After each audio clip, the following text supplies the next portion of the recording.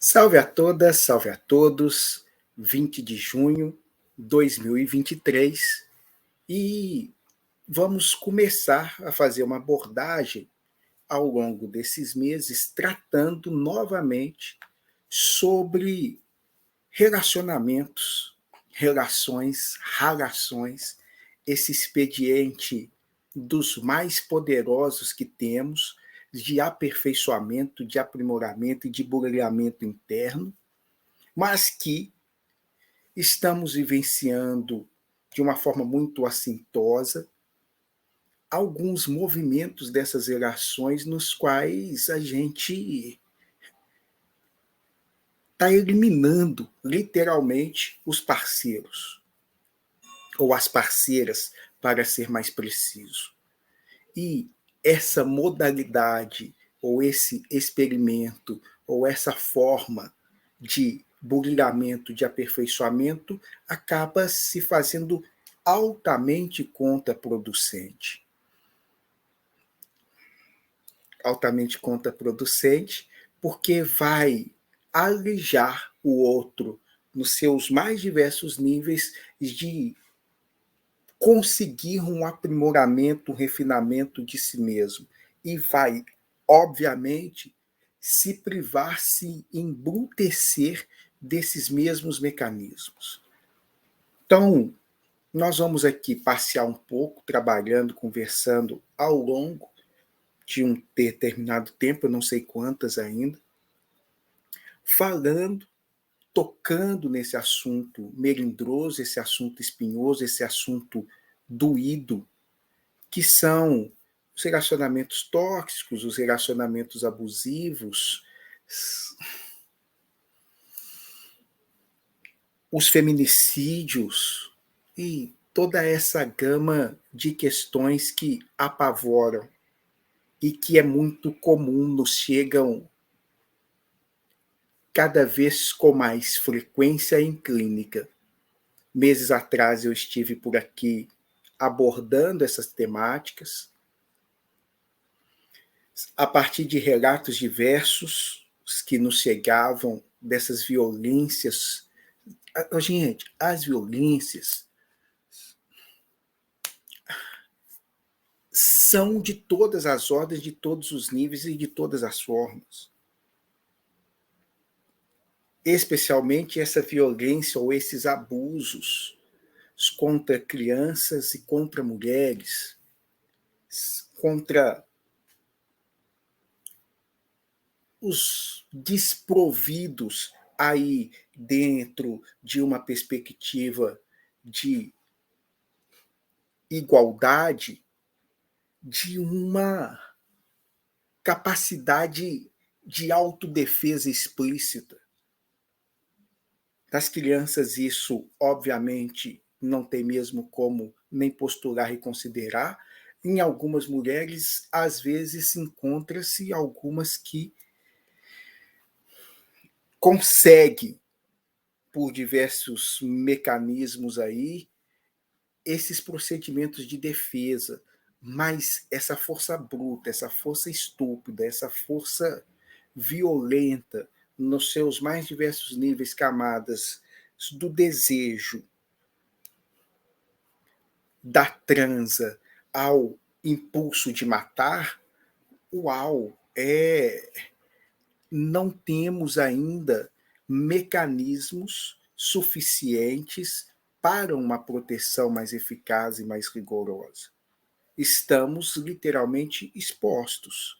Estamos literalmente expostos, não estou pensando aqui, né? Eu mudo às vezes as falas, eu já estou aqui me colocando no lugar ou na perspectiva, até onde essa perspectiva é possível aproximar. Não sou mulher, não sou mais criança, então até onde é possível aproximar desse entendimento, dessa vulnerabilidade. E é uma vulnerabilidade que pertence a um universo que está muito restrito e circunstanciado ao gênero, à raça, à faixa etária. E nós precisamos, enquanto sociedade, discutirmos mecanismos de socialmente lidarmos com isso, uma outra esfera, que não é a que eu vou trazer e propor. Eu acho que essas esferas estão aí dadas, colocadas e postas, e nós precisamos validá-las e precisamos cada vez mais aperfeiçoá-las. A perspectiva que eu vou tentar trazer é a dessa, da intimidade, da particularidade, da singularidade, da reconsciência ou da conscientização de cada um de nós. E um processo de conscientização de cada um de nós que envolve uma desconstrução nossa, homens machos, triple X, machões, pica das galáxias, que fomos construídos, educados, edificados no modelo de masculinidade, adotamos e temos mais em alguns pontos, em outros, alguns são esse top testosterona mesmo, em todas as esferas, em todas as escalas, que vivenciam um mundo no qual isso hoje precisa ser redefinido, rediscutido, reequilibrado. E como que a gente efetua, realiza esses mecanismos, essas interações de redefinir esses lugares.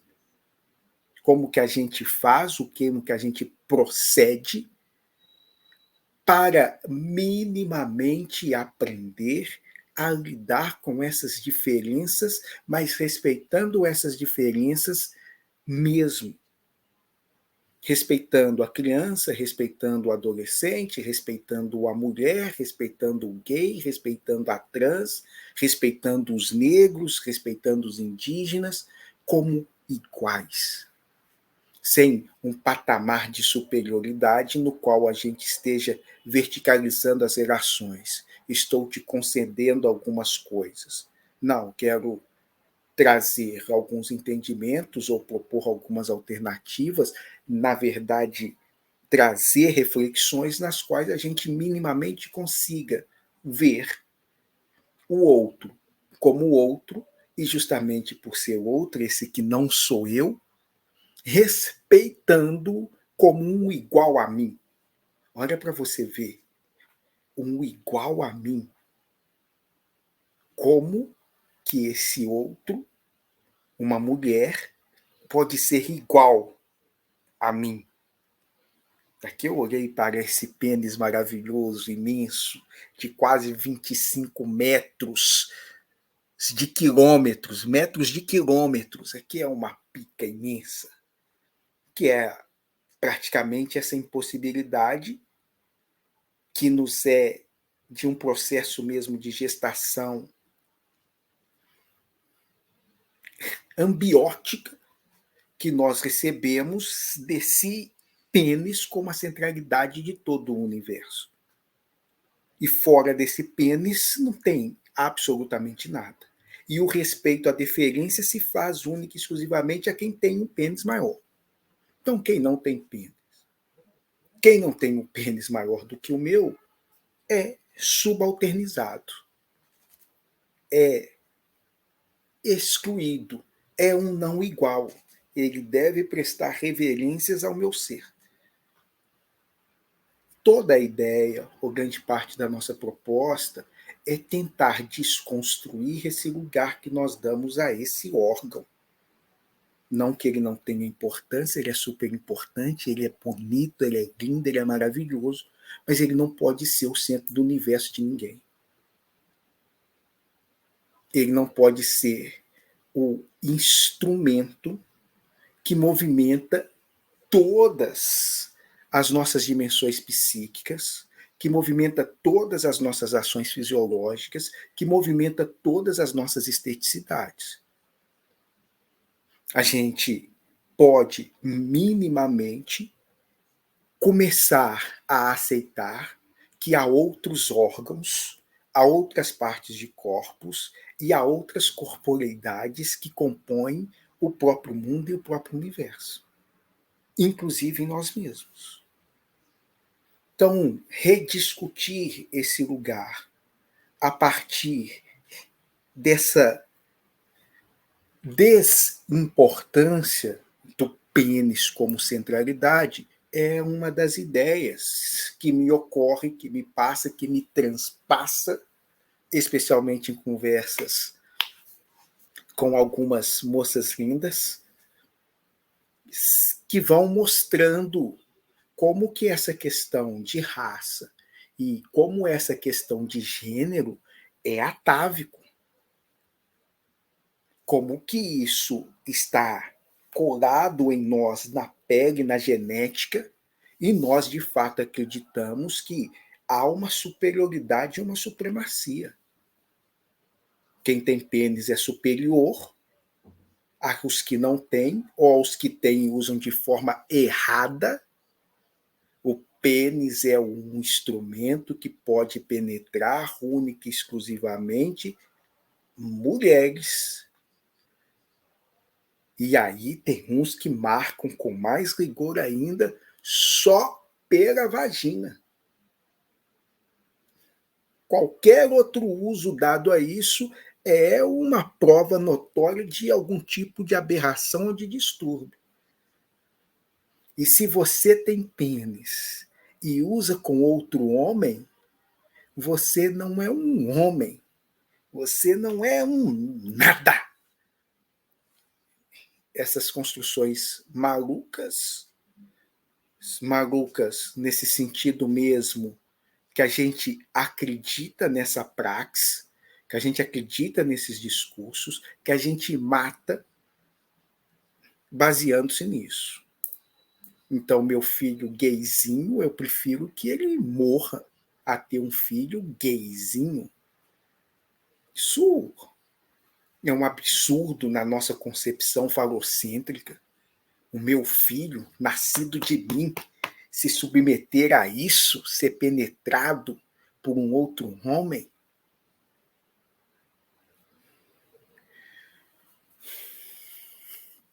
E no que se refere às mulheres, eu nem preciso de maiores explicações, mas me detenho e vou até elas também.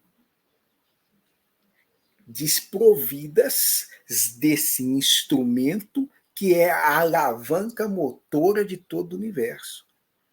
O nosso querido e grande Arquimedes disse: dê-me uma alavanca que eu erguerei a terra. O pênis de cada um de nós é essa alavanca que movimenta todo o universo. E esses seres que não têm essa alavanca nem pensam, não sentem. São os nossos bibelôs que devemos decorar, proteger, amparar, porque elas não têm recursos suficientes para mais nada. Precisam ser tuteladas a vida inteira por aqueles que têm. Alavanca. Nós precisamos mexer nesses lugares. Mais do que nós precisamos mexer, esses lugares têm sido mexidos. Quando essas mulheres avançam para postos de trabalhos, quando essas mulheres reivindicam também o seu gozo, quando essas mulheres sentam aos nossos lados, leem para nós os mesmos livros, acessam o mesmo conhecimento, discutem essas mesmas filosofias e falam: vocês não entenderam nada. E aplicam, rediscutem, redefinem como que isso pode ser visto por uma outra perspectiva. Essa, vou colocar como desconstrução, apavora. Intimida. Então os caras vão tomar pílula vermelha e camparem para na minha alavanca ninguém toca e na minha alavanca ninguém mexe. E vocês precisam continuar dóceis, domesticadas, adormecidas, esperando que o nosso movimento a salve. É esses entendimentos aí grotescos, malucos, que nós vamos tentar minimamente tocar ao longo das semanas, conversar um pouco ao longo das semanas, muito em solidariedade, a partilhantes, a amigas,